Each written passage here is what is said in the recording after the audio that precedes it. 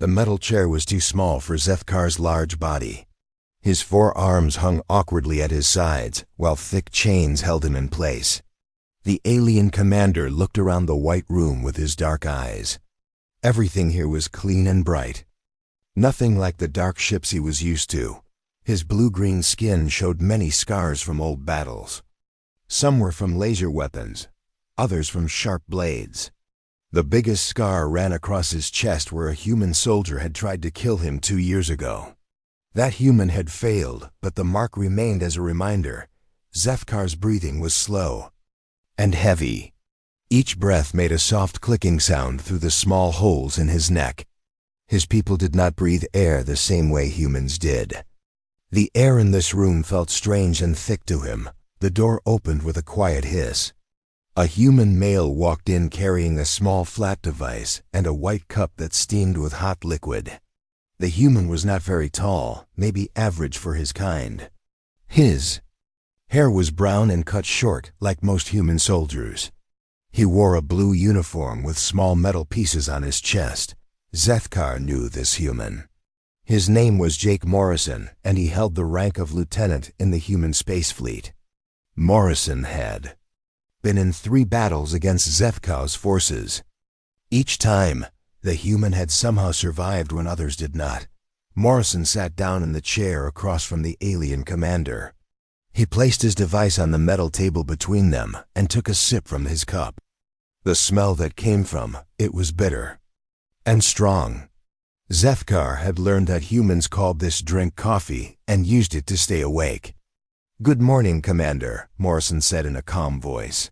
He spoke slowly so the alien could understand. "I hope you slept well." Zethkar did not answer. He stared at the human with all 4 of his eyes. In his own language, he would have many words to insult this small creature. But he knew the human would not understand, and it would not help him escape from this place. Morrison touched his device, and it glowed with soft light. "We have been fighting each other for almost 4 years now," he said. "Your people attacked our colonies. Our people fought back. Many died on both sides." The alien commander's mouthparts moved slightly. This was how his kind showed anger, but Morrison did not seem afraid.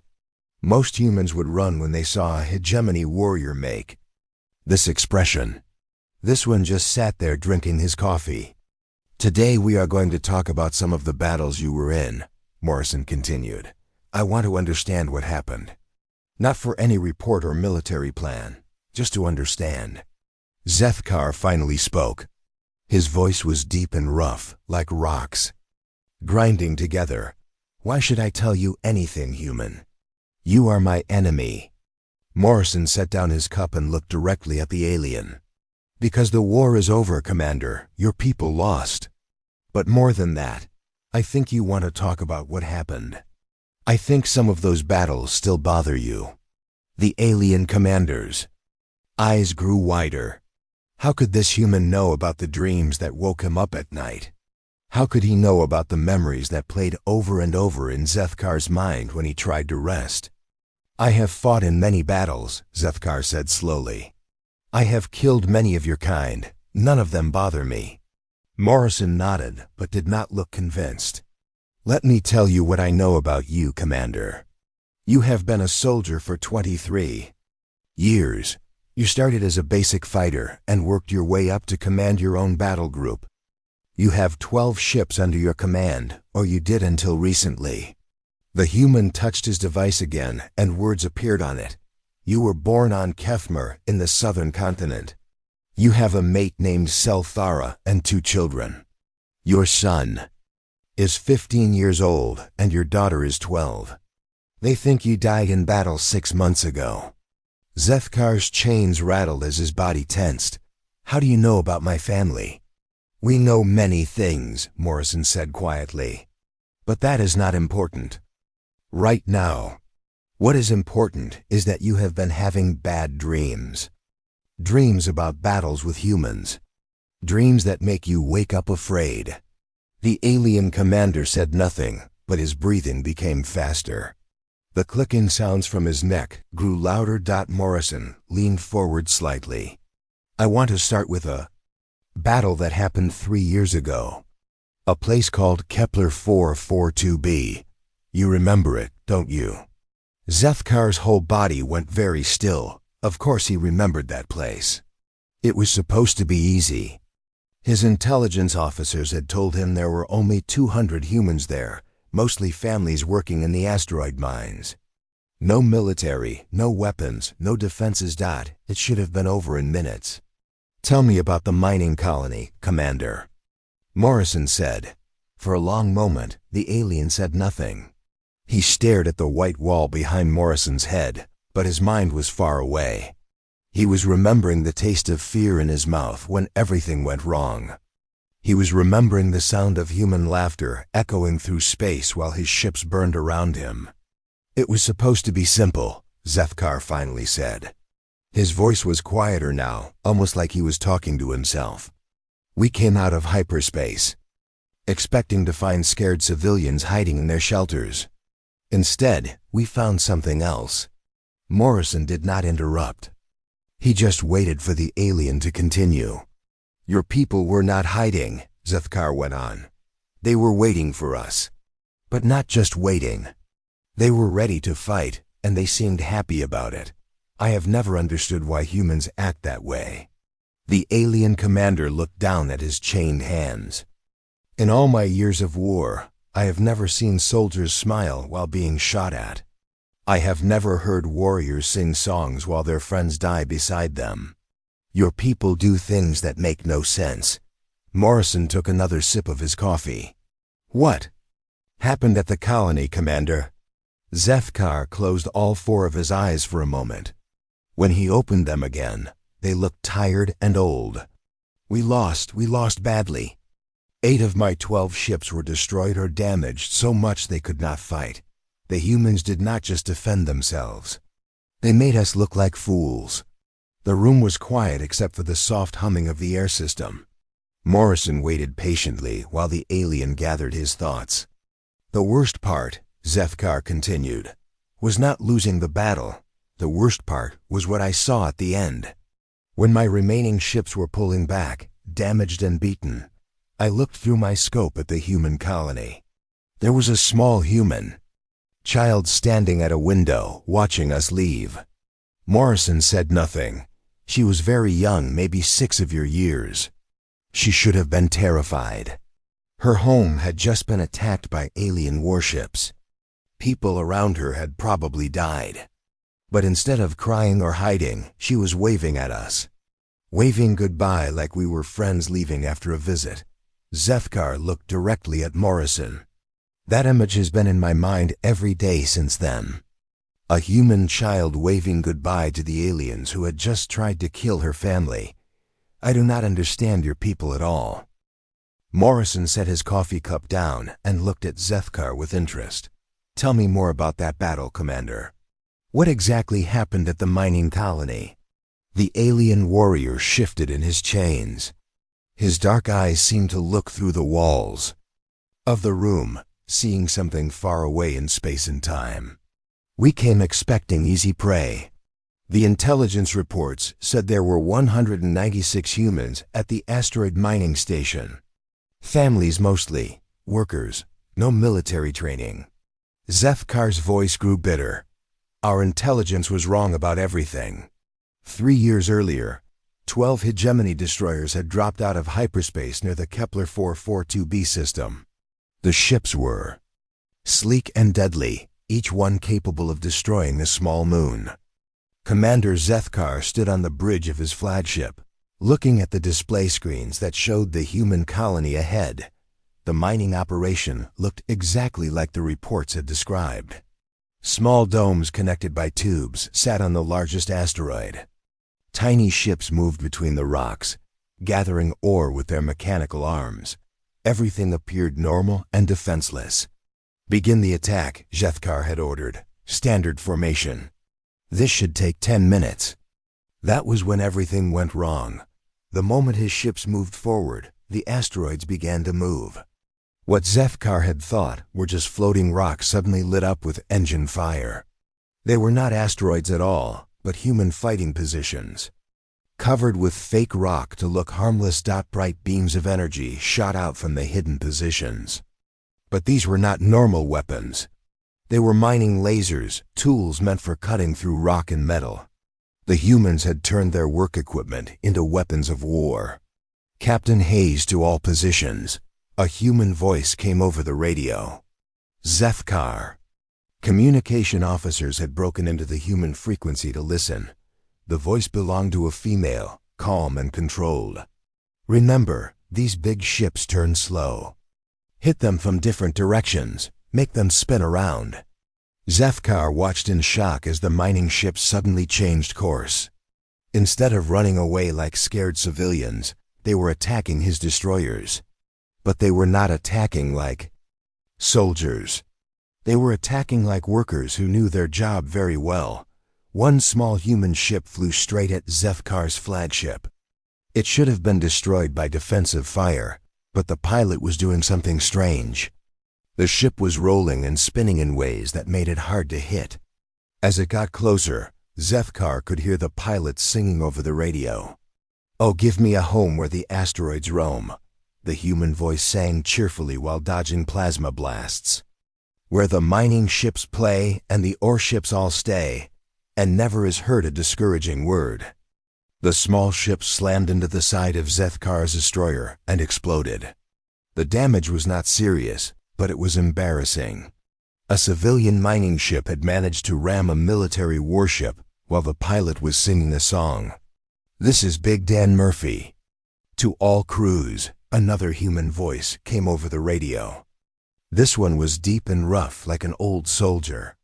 "These aliens think they can come into our home and push us around.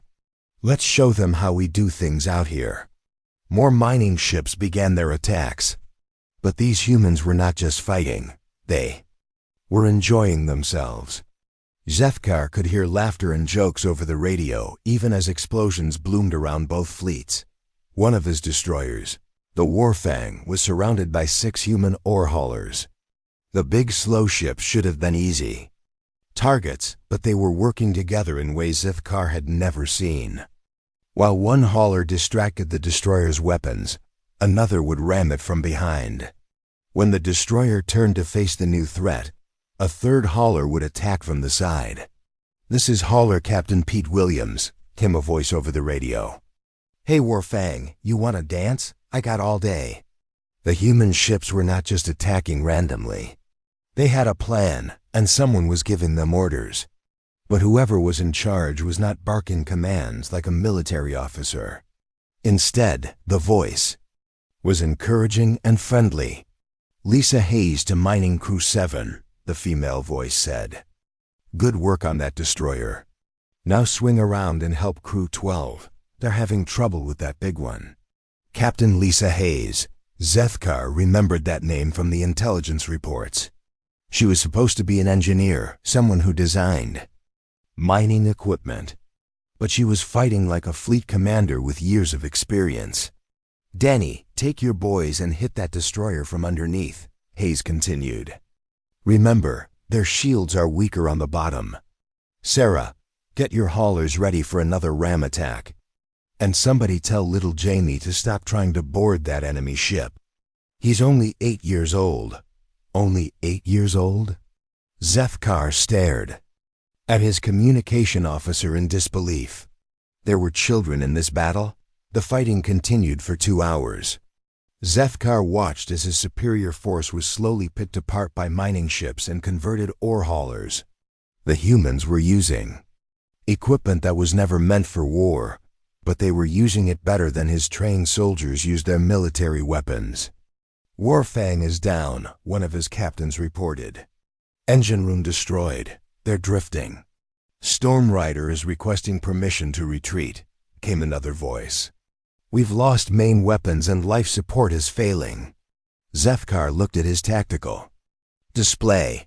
8 of his 12 ships were damaged or destroyed. The humans had lost some of their small ships, but they were still fighting. And they were still singing. "This is Big Dan Murphy," the rough voice came over the radio again. "Any aliens who want to surrender, just turn off your weapons and wait. We'll send medical ships to help your wounded. No hard feelings. No hard feelings? Zethkar could not believe what he was hearing. These humans had just destroyed most of his battle group, and they were offering to help his wounded soldiers. All ships retreat, Zethkar finally ordered.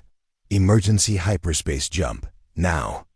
As his remaining 4 ships prepared to leave the system, Zethkar took one last look at the human colony. The small domes were still there, still intact. Children were visible through the windows, watching the alien ships prepare to leave.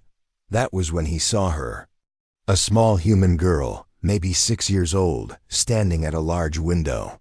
She had light-colored hair and was wearing a bright red dress. Instead of looking scared or angry, she was smiling and waving at his ship's dot. The little girl kept waving until the hyperspace jump took Zethkar's fleet away from the system. Even then, he thought he could still see her in his mind, that small hand moving back and forth in a gesture of friendship. That child, Zethkar said to Morrison in the interrogation room. Her name was Katie Murphy. She was Big Dan's daughter. I learned her name later when we captured some human communications. Morrison nodded. What bothered you most about that battle, Commander? Zethkar was quiet for a long moment. Your people turned a massacre into a celebration. They fought like it was a game they enjoyed playing, and when it was over, they offered to help us. I have never understood how someone can try to kill you and offer to heal you at the same time. Morrison picked up his tablet and made some notes. He looked at Zethkar for a moment before speaking again. The mining colony was 3 years ago. But that was not your last encounter with humans, was it, Commander? Zethkar's 4 eyes narrowed. He knew what Morrison was going to ask about next. The memory that was even worse than the mining colony. The one that made him wake up in the middle of his sleep cycles, covered in sweat. Tell me about Proxima Station, Morrison said quietly. Tell me about Ambassador Helen Grant. The alien. Commander's chains rattled as his whole body tensed. I do not want to talk about that. But you will, Morrison replied. Because it still bothers you, doesn't it? What happened there changed something inside you. Zethkar stared at the white wall behind Morrison's head. He did not want to remember Proxima Station. He did not want to think about what the humans had done there. Not with weapons or tricks, but with something much more dangerous. 6 months. After the mining colony disaster, Zethkar had been given a chance to prove himself again. His superiors in the Hegemony High Command were not happy about losing 8 ships to human civilians. They needed intelligence about human military movements, and they needed it quickly. That was when fortune smiled on Zethkar. His scouts had found a small human diplomatic ship traveling alone through neutral space. The ship carried Ambassador Helen Grant and her staff. These were important humans, the kind who would know military secrets. The capture had been easy. The diplomatic ship had no weapons and could not run from Zethkar's destroyer. Within hours, Ambassador Grant and her 12 staff members were prisoners aboard his ship, but getting information from them proved impossible. Standard interrogation methods did not work on humans the way they worked on other species. The humans would not break, no matter what Zethkar's people did to them. Ambassador Grant was a middle-aged human female with gray hair and calm blue eyes. Even when threatened with pain or death, she just smiled and asked if she could have some water. Her staff were the same way. They acted like being captured was just a minor inconvenience. After 2 weeks of failed interrogations, the human government contacted Zethkar directly. They wanted to make a trade. Military intelligence in exchange for their people. It seemed like exactly what Zethkar needed. The meeting was arranged at Proxima Station, an old mining platform that had been abandoned years earlier. It was the perfect place for a prisoner exchange. Dark, empty, and far from any military ships that might interfere. Zethkar brought Ambassador Grant and her staff to the station in chains. He chose his most intimidating soldiers to accompany him Everything was planned to show the humans that they were dealing with superior beings, who held all the power. The human rescue team arrived exactly on time. Their ship was a simple transport, nothing that looked dangerous. Zefkar watched through his helmet camera as 5 humans in civilian clothes walked through the station airlock. Leading them was Colonel Rick Sullivan, a tall man with short black hair and the kind of calm expression that made Zefkar think of veteran soldiers. But instead of weapons, Sullivan was carrying 2 large bags that smelled of food. "Commander Zefkar," Sullivan said politely when they met in the station's main cargo bay. "Thank you for agreeing to this exchange. I hope your people are treating our ambassador well." Zefkar had expected threats or demands. Instead, the human was talking like they were business partners meeting for a normal trade. It made the alien commander feel uncertain, though he did not show it. "Your people are alive," Zefkar replied. "That is more than they deserve. Do you have the intelligence data we requested?" Sullivan nodded and pulled out a small data device. "Everything is here. Military ship movements for the next 6 months, defensive positions around our core worlds, even some new weapon designs you might find interesting." It seemed too easy. Zefkar took the device and handed it to one of his technical officers to verify. The data was real and complete, more than he had hoped to get. "Excellent," Zefkar said. "Bring out the prisoners." Ambassador Grant and her staff were led into the cargo bay. They looked tired but unharmed.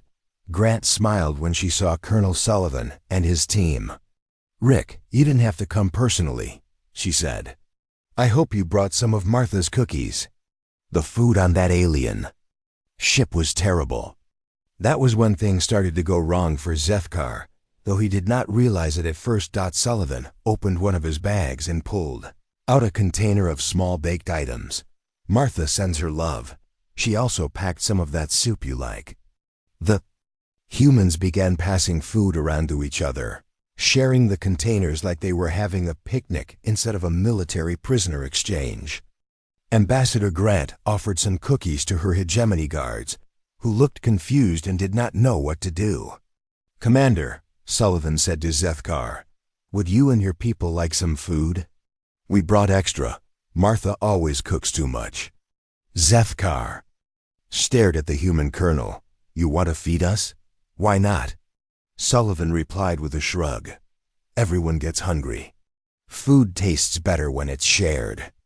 One of the human staff members, a young woman named Amy Peterson, noticed that one of Zefkar's soldiers was bleeding from a wound on his arm. Without asking permission, she walked over to the alien warrior. "That looks painful," she said gently. "Do you mind if I take a look?" The soldier looked at Zefkar in confusion. Enemy medics did not offer to help wounded prisoners during exchanges. But Amy was already opening a medical kit she had brought with her. "I'm a nurse back on Earth," she explained while cleaning the soldier's wound. "I can't stand to see someone hurt and not try to help." She began humming a soft tune while she worked. Zefkar watched in growing disbelief as the prisoner exchange turned into something he had never seen before. The humans were treating their former captors like guests at a social gathering. They shared food, told stories about their families, and asked questions about hegemony culture like they were genuinely interested. Ambassador Grant sat down next to Zefkar on a cargo container. "You have children, don't you, Commander?" she asked. "I can tell by the way you carry yourself. Parents have a certain look." "How did you know that?" Zefkar asked suspiciously. Grant smiled and pulled out a small photo device. "Because I'm a parent too. Would you like to see pictures of my grandchildren?" She showed him images of small human children playing in a garden. "This is Emma, she's 5. And this is her brother Tom, he's 7. They love hearing stories about space travel." Before Zefkar realized what was happening, he was telling Ambassador Grant about his own children. About his son who wanted to be a ship engineer and his daughter who collected rocks from different planets. He found himself showing her pictures. from his personal device. "They're beautiful," Grant said sincerely. "You must miss them terribly being away for so long." The exchange was supposed to take 30 minutes. Instead, it lasted for 3 hours. By the end, Zefkar's soldiers were sitting with the human rescue team, sharing food and comparing stories about their home worlds. When it was time to leave, Amy Peterson finished bandaging the wounded hegemony soldier. "Keep that clean and dry," she told him, "and thank you for letting me help." The soldier looked confused. "Why are you thanking me? You helped me without asking for anything." Amy smiled. "Because that's what people do for each other. We help when we can." As the two groups prepared to return to their ships, Colonel Sullivan approached Zefkar one final time. "Commander, I hope this war ends soon. I think our peoples could learn a lot from each other." Zefkar said nothing, but he watched the humans board their transport ship. Ambassador Grant waved goodbye through the window, the same gesture he remembered from little Katie Murphy at the mining colony. Back in the interrogation room, Zefkar looked at Morrison with troubled eyes. "Your people treated us like friends, instead of enemies. They fed us, healed our wounded, and showed us pictures of their families. I do not understand why." Morrison leaned forward slightly. "What bothered you most about that day, Commander?" "My soldiers," Zefkar said quietly. "After we returned to our ship, 3 of them asked me why we were fighting humans. They said any people who would share food with their enemies and heal wounded prisoners could not be truly evil. I had no answer for them." Morrison finished his coffee and set the empty cup aside. He looked at Zefkar with patient eyes, waiting for the alien commander to continue. The White Room was very quiet except for the soft clicking sounds of Zefkar's breathing. "There is one more memory," Morrison said gently. "The one that brought you here. The one you have been trying not to think about." Zefkar's 4 hands clenched into fists. His chains rattled softly. "I do not want to talk about that." "But you need to," Morrison replied. "It's the reason you surrendered instead of fighting to the death. It's the reason you're sitting here talking to me instead of trying to escape." "What happened 2 months ago, Commander?" The alien warrior was silent for a long time. When he finally spoke, his voice was barely above a whisper. "Earth. I tried to attack Earth itself. 2 months earlier, Zefkar's war fleet had been reduced to a single ship. Most of his soldiers were dead or captured. The Hegemony High Command had stopped sending him orders or supplies. He was alone in space with nowhere to go and no way to win the war. That was when he decided to make one final strike. If he was going to die, he would take as many humans with him as possible. Earth was the human home world, the center of their civilization. A suicide attack there would kill millions and show the galaxy that the hegemony did not surrender easily. His ship, the Star Killer, was badly damaged from previous battles. The engines worked but not well. Many systems were broken or running on emergency power. But it was still capable of one last hyperspace jump. Zefkar aimed his ship at Earth's largest city and prepared to ram it at full speed. The impact would destroy everything for hundreds of miles. It would not win the war, but it would make the humans remember the hegemony forever. The hyperspace jump went wrong. Instead of appearing above the city, the Star Killer came out of hyperspace over a rural area. The damaged engines exploded immediately, and the ship began falling toward the ground like a burning rock. Zefkar managed to reach an escape pod before his ship crashed. He watched from the sky as the Star Killer hit the ground in an empty field, creating a crater and starting several fires. Then his pod crashed too, and everything went dark. When Zefkar woke up, he was lying in a bed inside a human building. Sunlight came through windows with white curtains. The air smelled of flowers and cooking food. His wounds had been cleaned and bandaged, and someone had covered him with soft blankets. A human male with gray hair and kind eyes was sitting in a chair next to the bed. He was reading from a book but looked up when Zethkar moved. "Well, hello."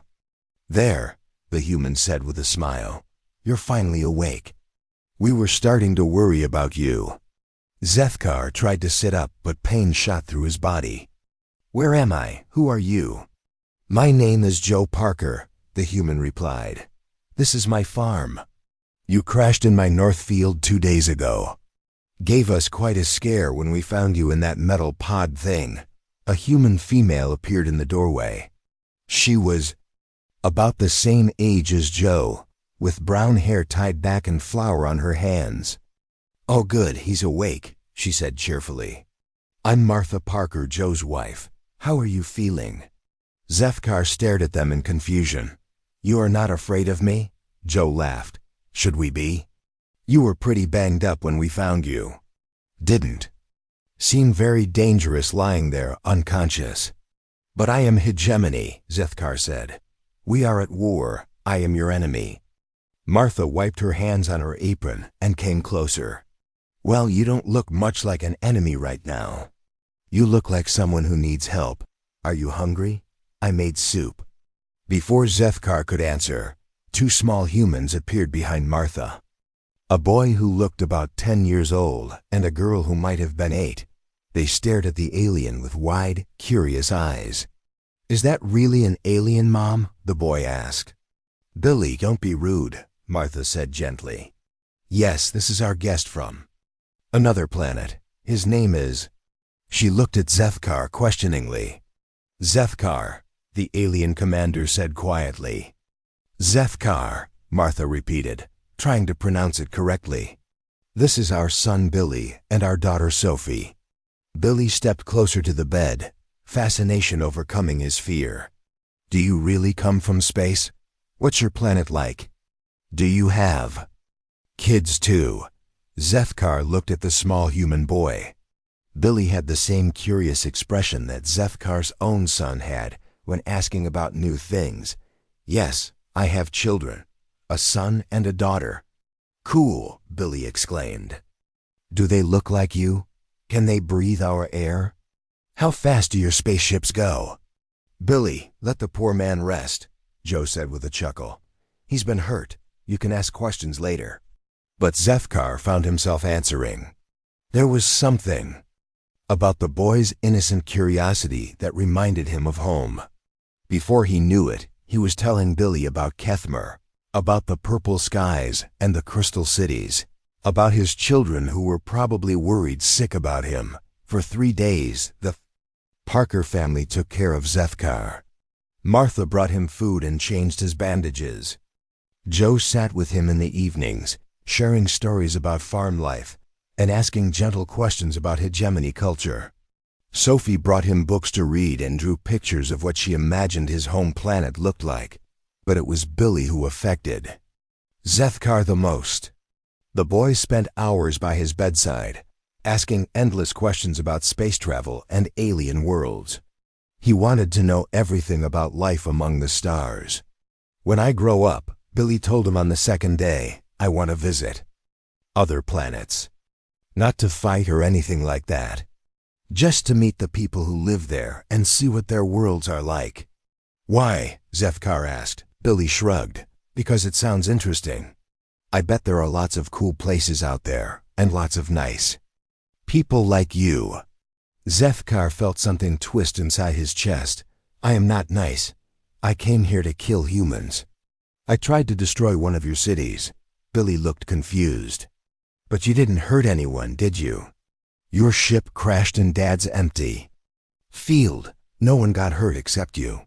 "That was an accident," Zethkar said. "I wanted to kill millions of your people." "But you didn't," Billy replied simply. "And now you're here talking to me instead. That's what matters, right?" On the 3rd night, Zethkar lay awake thinking about what Billy had said. His strength was returning, and he could have easily overpowered the Parker family. He could have stolen their vehicle and tried to escape. He could have taken them hostage and demanded his ship to get off Earth. Instead, He found himself telling bedtime stories to Sophie about the singing birds of Kethmer. He helped Billy with his homework, using alien mathematics to solve problems the boy was struggling with. He listened to Joe talk about farming and found himself giving advice about growing crops in different soil types. When human military forces finally tracked down the crash site, Zefkar was sitting on the farmhouse porch with Billy, watching the sunset and answering questions about what other planets looked like from space. "There they are," Joe said quietly, pointing to the aircraft approaching in the distance. "I guess this is goodbye." Zefkar stood up slowly. His wounds were mostly healed now, thanks to Martha's careful nursing. He looked at the Parker family. These humans who had found their enemy broken and helpless and responded with kindness instead of hatred. Billy ran up to him and hugged his leg. "I hope we can be friends someday," the boy said. "When the war is over, maybe you can come back and visit. I'll show you around our farm." Zefkar knelt down so he was at Billy's eye level. "Would you like that, even though I am an alien?" "That's what makes it cool," Billy replied with a grin.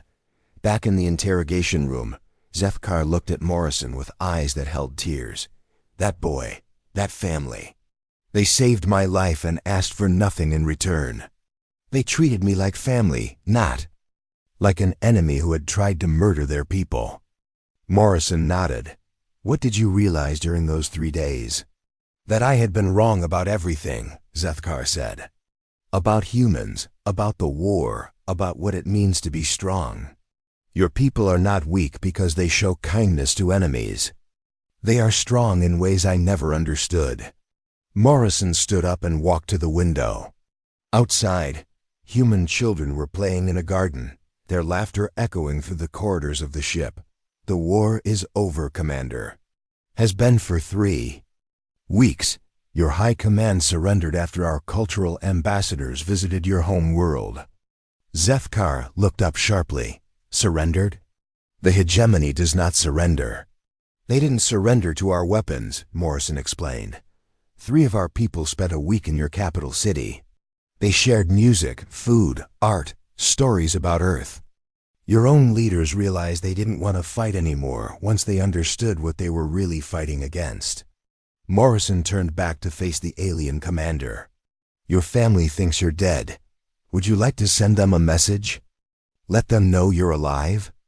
Zefkar's voice caught in his throat. "They would want to hear from me? After what I have done?" "Billy Parker asked about you," Morrison said with a slight smile. "He wants to know if you'd like to exchange letters. He's been learning about your planet in school and has a lot more questions." For the first time in months, Zefkar felt something that might have been hope. Outside the window, human children continued to play, their voices full of joy and possibility. Somewhere among them might be another Billy, another Katie, another generation growing up in a galaxy where former enemies could become friends over shared stories and homemade soup. "Yes," Zefkar said quietly. "I would like that very much."